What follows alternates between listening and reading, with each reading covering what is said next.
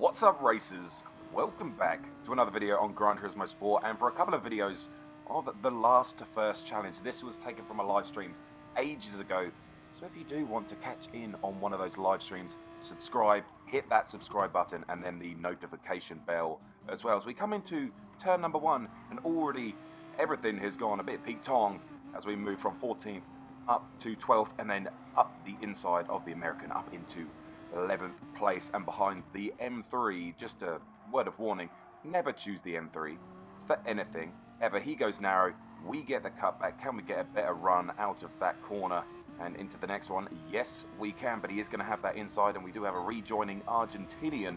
We do manage to go around the outside, yes we do, and another person getting reset there, maybe something to do with the penalty up in front of us. So 14th to 8th in the first sector, that's pretty damn good. Another person then serving that penalty in front of us, obviously sporting the Kobe Bryant livery on the Aston Martin. And when I say Aston Martin, I mean Audi R8. Come on, James, get your cars together. I know, it's been a long day, but we got to do this. Anyway, slowest boy into the slipstream of, I believe, the Jaguar in front of us. PDOG Peyton in front of us. He gets a bad run up through the S's there. Are we going to look up the inside? No, we're just going to hold behind. And a little bit of contact there. Probably, I'll hold my hands up. A little bit of contact. And coming through here, there's going to be another little tap just there. And then another tap, and he manages to hold it. That just goes to show how bouncy the Gran Turismo Sport collision physics are. Could have been a lot worse, but we'll get away with it there. And, oh, the Peugeot up in front, a little hop, and then some kind of Illuminati rejoin teleportation thing. Not really sure what happened there. But at this point, I've just stopped asking questions about the weird goings on Gran Turismo Sport and just sort of trying to have fun. 4th place, Turbo 911 2 litre? To something. Went a bit deep into the last turn, coming onto the start-finish straight. He's going to go up the inside. He's going to be late on the brakes. We're going to get that nice cutback on him there. Kind of expected him to go a little bit deep there. Obviously running the narrower line and going pretty darn fast. He overshot it and we took that position back. Now we are chasing Original G, the Canadian in the Porsche in front of us, and he is behind All Eyes on Me still. So I'm assuming that there's an All Eyes on Me somewhere out there. Anyway, we get a nice run out of that corner. He's going to go a little bit defensive. Then he sort of moves mid. I was going to try and do that sort of late switch to go underneath him, but he held the middle line pretty well. Can we get a nice exit here? No, we weren't aggressive enough with the accelerator coming out of the corner. When you do go for that late apex, that cutback move, you have to get on the power earlier than they would get on the power. That's the whole point of that cutback, is that you're exiting the corner faster than they are. If you don't get on the power earlier, you're just going around the corner slower than they are. So be brave when you're attempting that cutback move, that late apex smash. Make sure you get on that accelerator. Be brave. Hopefully you just don't have off the track. Anyway, coming into this left-hander, he just goes a little bit deep, and we're just going to take that 3rd place. And now we are behind the Corvette of All Eyes on Me still. We do have that slipstream purple sectors as well. And if you do look, who is in first? Who is in first place? It's Mr. Leslie Chow, and now you might know Leslie Chow from The Hangover, the Asian doctor. And I say Asian doctor because that was what his job was actually in real life, which is amazing. I think that's so freaking funny. Anyway, back to the racing. Now we are hunting down Mr. Leslie Chow, which is something that I thought I would never say in Gran Turismo Sport. But anyway, purple sector as well. And here we go, speeding up the lap. We catch him by the chicane of lap 3. Can we get a better run out of here? Yes, he doesn't quite get the exit as good as he would want. And we are up the inside going into the final corner. We get it nicely. The Audi R8 was an absolute beast on this layout. This is obviously race B, so no tyre wear. So the MR cars sort of reign supreme. Another fastest lap there. Going defensive, just going to have to hold it while he attempts to go around the outside, I'm guessing, but we're good on the brakes, and we're just going to park it on the apex, so there's nowhere for him to go. We receive a little touch in the booty, and we manage to keep the position and bring it home. So that is a first position, 14th to 1st. Not a bad first race, if you ask me, and another fastest lap as well. So, beginning of the next race, and well, I made an oopsie. So obviously, when I'm doing this in the live stream, I get distracted. So I want to do practice laps, but I can't set a lap, otherwise that's gonna places that I don't want to be. I accidentally set a fastest lap, and it was good enough for first in this lobby. So I pulled over to the side, and then sort of decided to see if I could win it from first to last to first again. Anyway, around the outside of the M3, we've already said just don't go in the M3. Like, just don't. Just stop. If you're thinking of going in the M3, just stop. Reevaluate your life. Anyway, 13th place. We are behind the Honda in front of us. Getting a little bit wiggly there. Is he going to go defensive? No, we're going to go up the inside of him, going into this left-hand corner. Can he hold it around the outside? He's going to try, but he's going to fail. A rejoining Argentinian there, probably going to unghost just in front of us. There we go. Another person facing the other way, but luckily for us was ghosted. And Rami, the Argentinian, is getting past on the outside. Is he going to go for a move up into the hairpin? No, he's not. So, very good for us. We will take 10th place from him, and behind it, Sniper Brazil in, I believe, the Ferrari in front of us. So coming through the S's, we are a little bit wide there, just touching the gravel. Doesn't slow us down too much. There is someone facing the wrong way there, and someone with a penalty in front of us. So I don't know if that was sort of, I mean, 5-second penalty. Yeah, that's going to be a contact penalty. A little bit of a rejoining. I tried to go underneath. Going to get a little bit of a slide, but we do manage to keep it. He is going to have the slipstream, old Shifty McKee, in front of us. He is going to have the inside. What is going to happen? There was a little bit of contact between him and the Brazilian. Is there going to be repaying the favour? Yes, there we go. We just come off really badly and reset. Oh, fantastic. 100% game.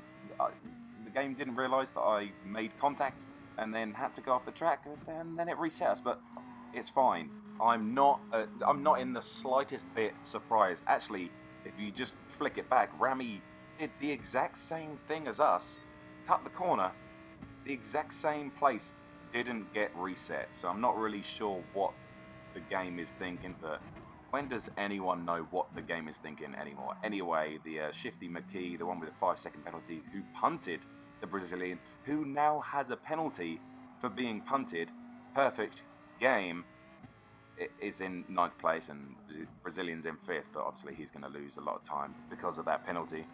Looking for the cutback on the American, but he gets a little bit slidey, doesn't get a great exit, and we have to change our course and not go on the inside, but go around the outside, which gives us the inside for the left-hand corner here. We have that nice purple sector coming into the right-hander here, and we get cleaned out.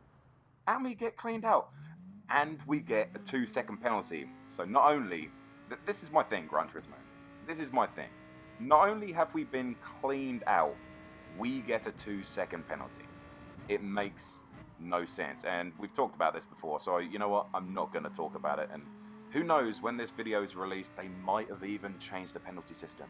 Probably not. And just one more word on that incident there where I got speared in the side. It was actually accidental. You could see, and when I looked at the replay afterwards, he just got on the accelerator too early, went wide onto the grass, and then he started spinning uncontrollably and just T-boned me, basically. But obviously, my fault, says the game. Can we go up the inside of Sniper? Yes, we can. Yes, we can. Nice and cleanly. And we're behind the Honda once again. Can we look for anything here? Or are we just going to have to look for that cutback outside of the corner here? Ooh, nothing really on there.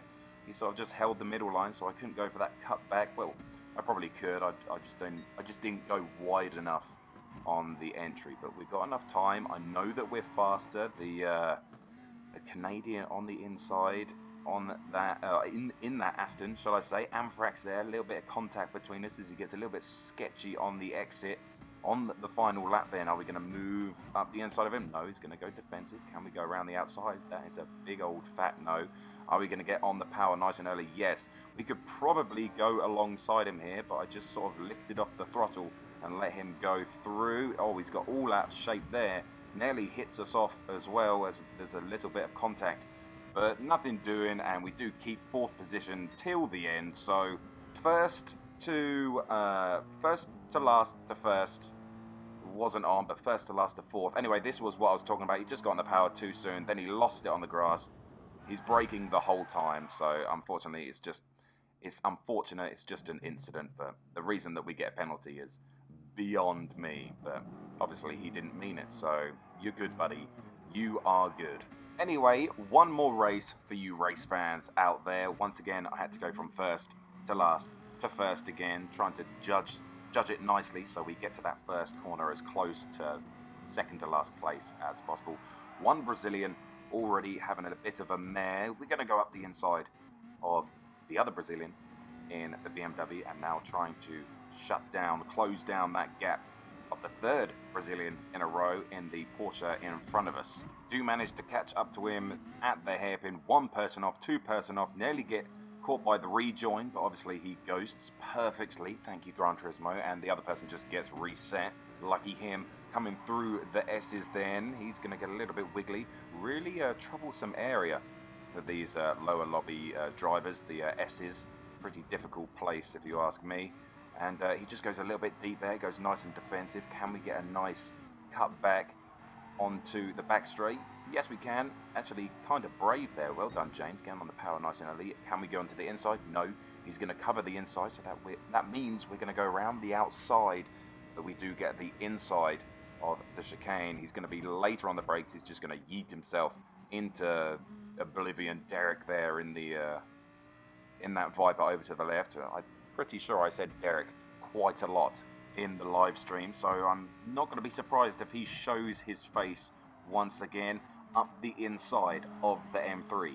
Again, viewers, do not choose the M3. It's a beautiful car, but it is absolute garbage in this game. Just stay away from it. There's plenty of other cars to choose from.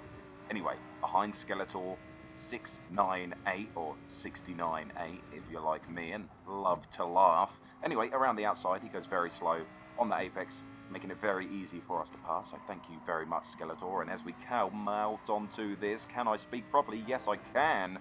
There's a little bit of an incident, and T-Rexican is facing the wrong way. And is there going to be a penalty somewhere up the road? I don't know, but keep your eyes on the madness in front of us.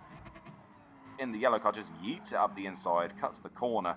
No penalty given, though, as there's a little bit of a slidey there for Rybird 42 in the Jag. No penalties. I'm pretty sure that the yellow or green or whatever colour car you want to call it up in third place right now cut the corners, but obviously not enough to get any penalties. We do set the fastest lap once again and trying to go up the inside of Rybird for 42.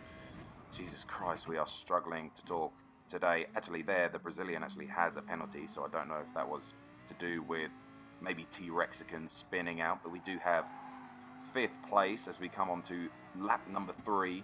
But unfortunately, first place is absolutely bolted, so I don't know where they are, just a little bit further up the road, I'm imagining, and you can look at the mini-map and see actually where they are. They're just going into the left-hand corner up ahead of us now.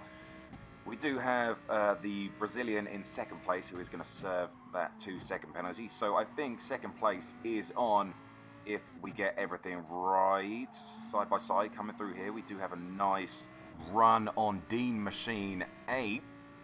In front of us, there's 7 other Dean Machines. Oh, a 5-second penalty for the Brazilian there, obviously for contact with another car, so I'm assuming that it was for that T-Rexican spinning and facing the other way. Once again, could go around Dean Machine there around the outside, but making sure we make the right decision. We are faster, we've got a lap and a half, we'll choose a different place to accelerate past. We get a better run out of the S's, and just like that, we're up the inside and into 3rd place. It could have been really ugly if I tried to go around the outside through the S's. So just, you know, a little bit of a tip there.